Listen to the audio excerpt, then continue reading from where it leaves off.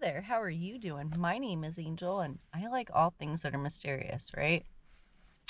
Do you know what's mysterious today? This city. Because every year we go back, another piece of the truth rises up from the soil. And in 1837, Rockford didn't just grow. It got named, wired into the mail system, carved up on maps, prayed over in barns, and dragged into a national money crisis that almost erased one of its own founders. So today, we're opening the 1837 case file and treating every little detail like evidence. As we're driving around 2025 Rockford, past half-finished projects and roads that are still under construction, imagine the same land in 1837. The whole country is in what they politely call a panic. The panic of 1837 is a full-blown financial crash.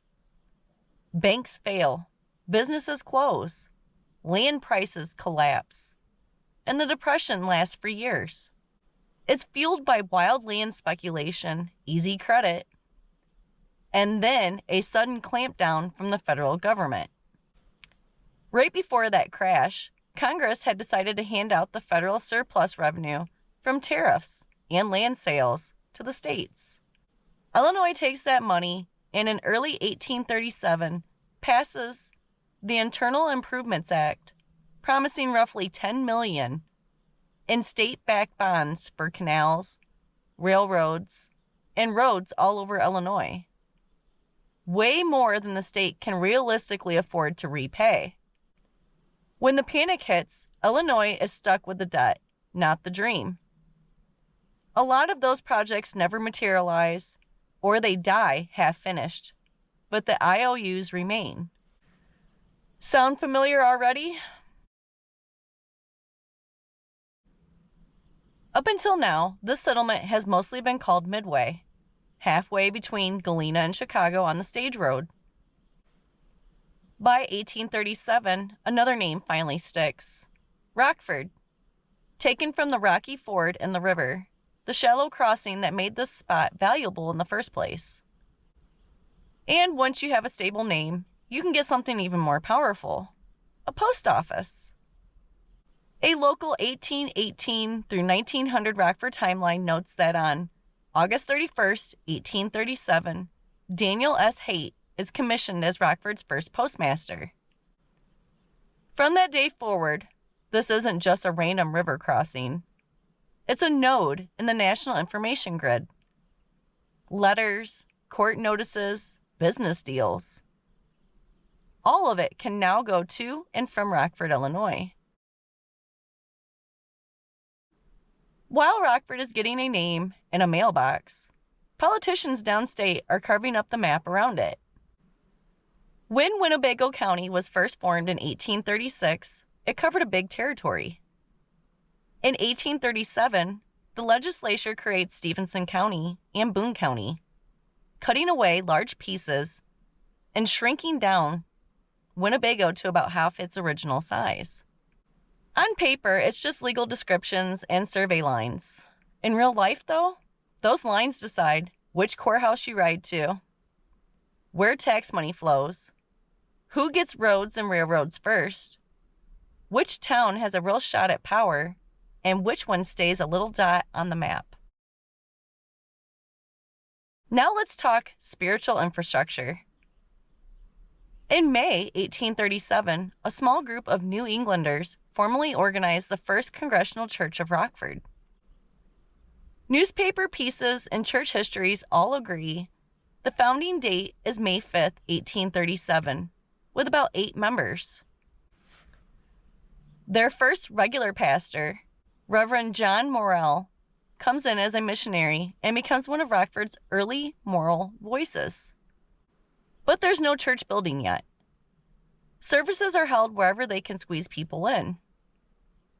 Haight's stage barn near the river, Germanicus Kent's double log house near the creek, William Dunbar's cabin on the west side. One early description paints it perfectly.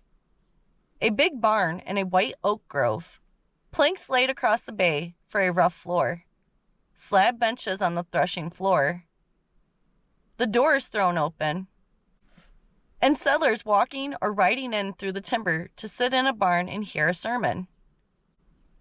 So in the same year the economy is collapsing and county lines are being redrawn, Rockford quietly plants its first organized church.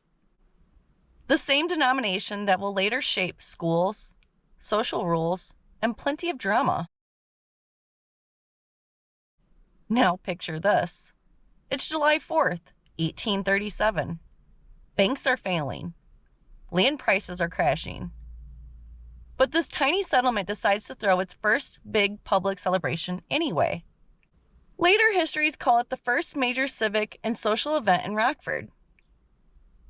They fire salutes using blacksmith anvils as makeshift cannons. They raise a tall hickory liberty pole near what's now roughly 310 East State Street. The program, reading of the Declaration, speeches, is held in Haight's barn. Charles I. Horseman reads the Declaration. John C. Kimball, the new lawyer in town, gives the oration. Then everyone heads to the barely finished Rockford House Hotel for dinner. The building is so new, they've thrown down boards for temporary floors, and when they run out of dishes, they reportedly serve meat on wooden shingles.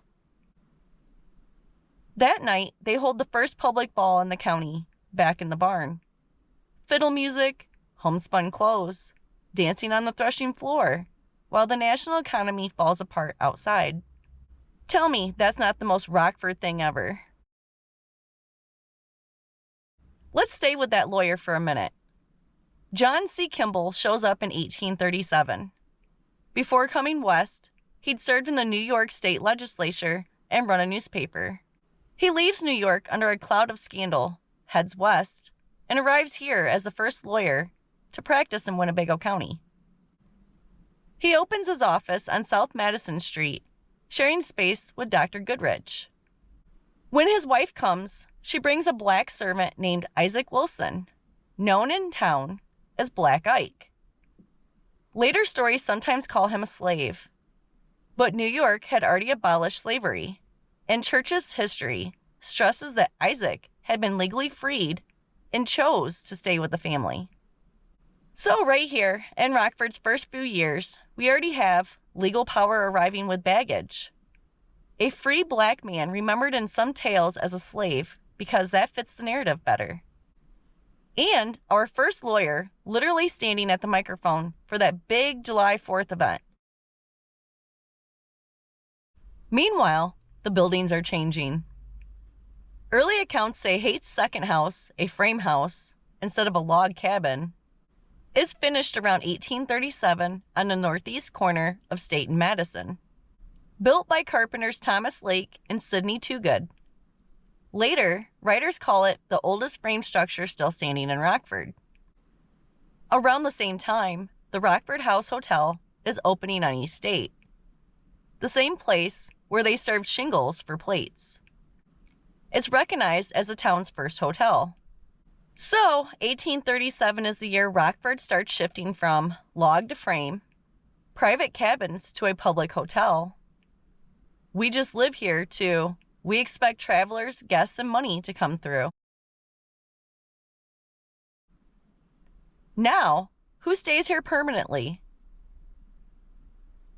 Cemetery histories say the first burial in the village of Rockford is Henry Harmon, who drowns at the river ferry on April 7th, 1837. His grave is on Block 35 of J.W. Leavitt's plat of West Rockford. Land that would later sit under the commercial hotel on South Church Street. The second interment on that same block, later in 1837, is Sarah Kent, a daughter of Germanicus Kent. So, while we're talking about founders and hotels and July 4th parties, the very first permanent residents under downtown Rockford are a drowned ferry passenger and a settler's child. And their graves are literally beneath what becomes ordinary city streets. Here's a quiet one that's huge. According to Midway Village Museum, genealogy trails, and later school histories, Rockford's first known school starts in 1837. A young teacher named Miss Eunice Brown teaches about 6 students in a log house at 110 South 2nd Street on the east side. From 1837 until the mid-1850s, most Rockford schooling looks like this. Tiny private schools where parents pay the teacher directly. Tax-supported common schools don't open until 1857. So from day one, education here starts as a paywall. If your family can afford Miss Brown's little school, you get a head start. If not, you don't. We can't talk about 1837 without talking about the people this county is named after.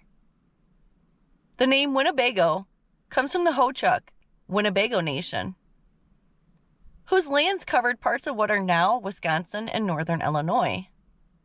On November 1st, 1837, in Washington, D.C., Winnebago chiefs sign a treaty with the United States. Article 1 says they cede all of their land east of the Mississippi River. In exchange, they are promised annuities and relocation to neutral ground west of the river. So the same year, Rockford is organizing churches, schools, and a post office on this land. The nation your county is named after is being told to move away from it. Now circle back to Germanicus Kent, one of Rockford's first white founders.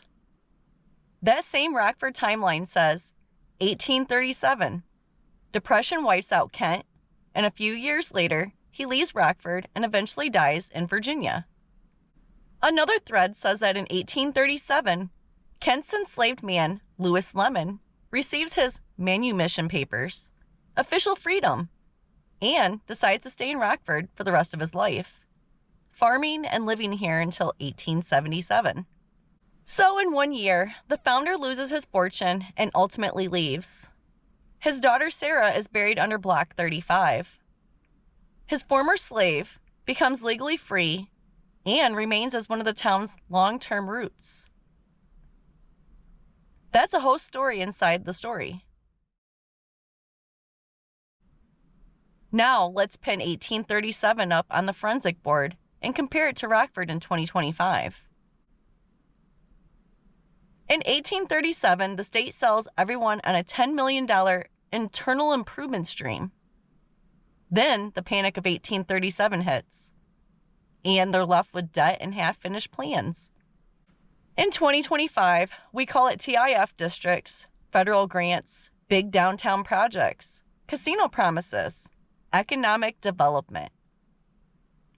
We still get glossy renderings and ribbon cuttings, but regular people are the ones dodging potholes and paying higher taxes when the money spell wears off. In 1837, the legislature quietly redraws county lines, carving out Stevenson and Boone and shrinking Winnebago. No town vote, no public debate, just a new map and a new reality. In 2025, the same game plays out with wards, school boundaries, police beats, zoning, land bank parcels. Change the line and you can change who gets resources, who gets patrolled, who gets ignored. In 1837, Miss Eunice Brown's little log cabin school is tuition only. If your parents can pay, you go. If they can't, you don't. Public schools don't arrive for another 20 years. In 2025, we've got student loans, fee-based programs, underfunded schools on one side of town, and shiny magnet schools on the other. The numbers are bigger, but the pattern is the same. Education is the ladder, and somebody's always charging admission. In 1837, the Winnebago Ho-Chunk Treaty in Washington forces the nation to cede all land east of the Mississippi and move west, while this county keeps the name Winnebago. In 2025, we still live in a city full of streets, schools, and parks, named after families or cultures that no longer live there. Moved out by redlining, disinvestment, or straight up gentrification. The names remain, the people are gone. In 1837, the first village burials, Henry Harmon and Sarah Kent, are placed on Block 35, later buried under hotels and streets downtown. In 2025, we build over old factory sites, contaminated ground, demolished housing projects, and unsolved stories. Then act shocked when the trauma leaks out as addiction, violence, and random explosions. We are great at paving, not great at healing. In 1837, Germanicus Kent's money collapses and he eventually leaves town. The system forgets him until it wants a statue or a street name. Lewis Lemon, once enslaved, gets his freedom and quietly stays here farming until 1877. In 2025, corporations and landlords bail when the profits dip, while workers, renters, and longtime residents are the ones left holding the bag.